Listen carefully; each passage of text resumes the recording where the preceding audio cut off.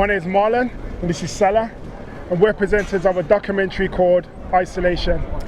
In this documentary, we're going to explore and investigate why one of Britain's oldest immigrant community is isolated from the government provisions and from other societies as well.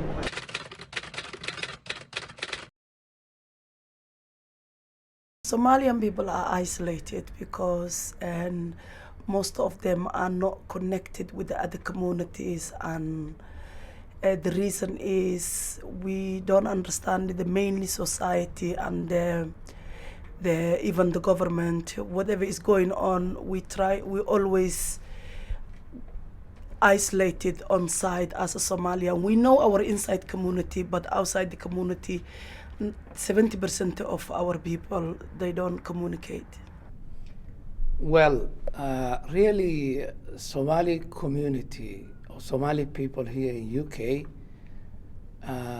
it's fact that they are isolated from the mainstream society, and also they are isolated from the other services, from the local government, whoever it is, or national as it is.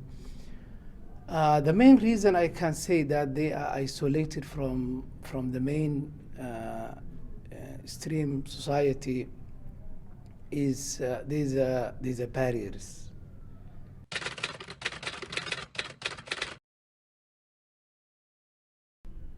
Not really. I don't think that. Because really, when we came here, we saw what is the law and order. We see what is the product of being a law-abiding citizen.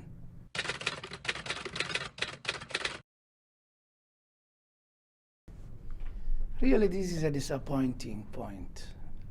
Somali community or Somali people living in this borough, this Greenwich borough, is about 4,000 to 5,000 people, and there is no one representing us in the local, what I say, in the council. I would agree that there are, in terms of integrating the Somali community within the whole of Greenwich and the community, has been, and I would agree, hasn't been that good. And there's loads of work that we need to do to work with that community to get them better engaged. And also in the local government, there's a few of us working, with they have engagement with the local government service or working with them. So this is a disappointing point, that why such a large number of Somalis living in this borough, they're not having, a person or two or three representing them, and that's really disappointing point. Yes. We don't have the problem when you say isolated is the most of the Somalian, none of our community are in the council.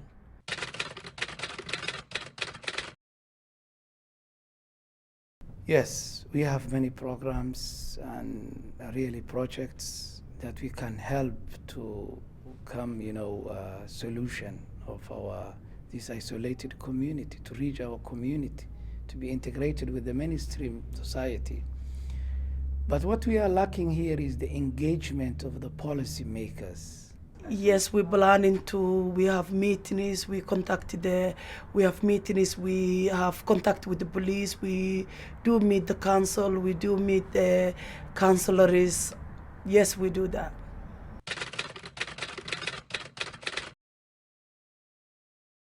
I think from a strategic perspective, which is where I sit, we have a real proactive approach to engaging with as many communities as possible, and specifically with the African community, which is what I'm responsible for.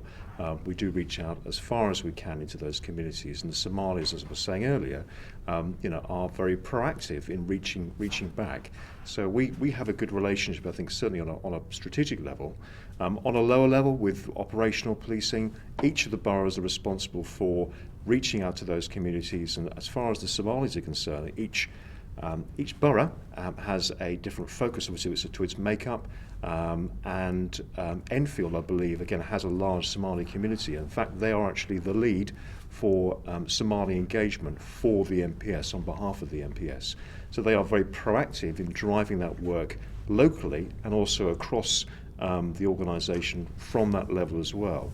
So, as from a policing perspective, on a strategic and a local level, we're doing our level best to actually engage with those communities, and it's working well. I mean, the CAP project, CAP classification happened just over a year ago, coming up for its 1 year anniversary.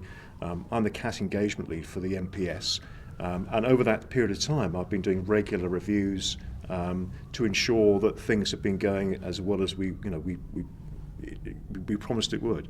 And the answer is it has. The local boroughs have engaged very well with the Somali communities and the East African communities around the whole CAT issue, and that's driven, if you like, in many respects, a much greater interaction and relationship with those communities. So just to recap there, essentially we do have good interaction both on a strategic and local level with the Somali communities. It probably isn't perfect, it could be better, but we're working towards that all the time.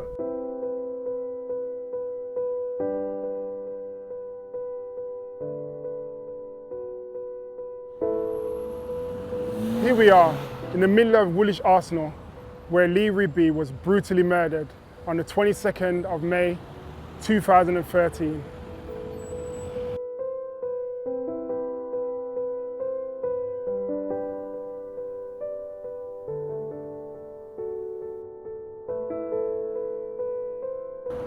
Has this murder added to more tension in the Muslim community in Woolwich Arsenal? This documentary will investigate and find out if that is the case. Unfortunately, it was that incident. It was something really unwanted incident to happen here in Woolwich or wherever else in this country.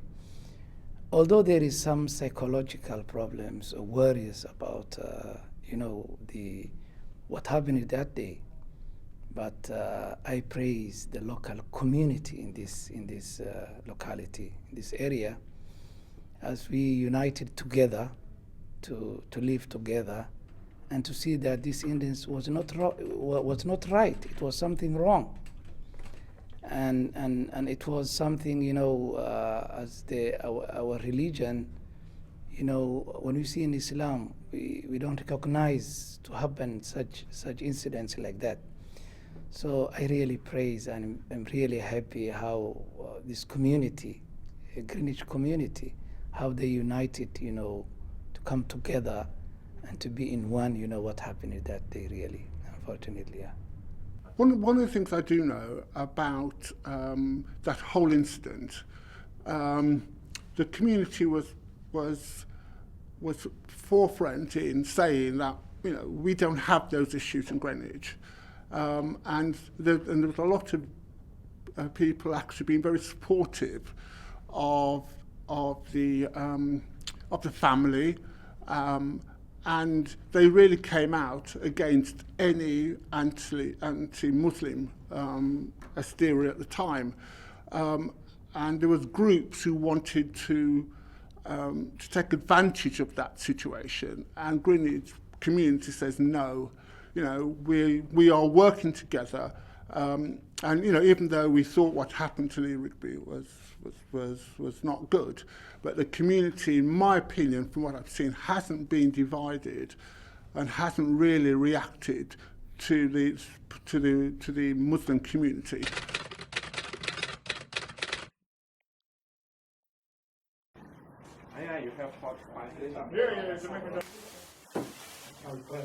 Believe me, I went there and I'm Jesus.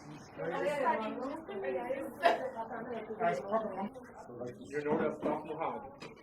No.